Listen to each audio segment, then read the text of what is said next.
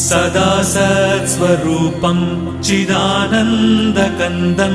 जगत्सम्भवस्थानसंहारहेतुं स्वभक्तेच्छया मानुषं दर्शयन्तम् नमामीश्वरं सद्गुरुं साईनाथं नमामीश्वरं सद्गुरुं साईनाथम् भवध्वान्तविध्वंसमार्ताण्डमीड्यं मनोवागतीतं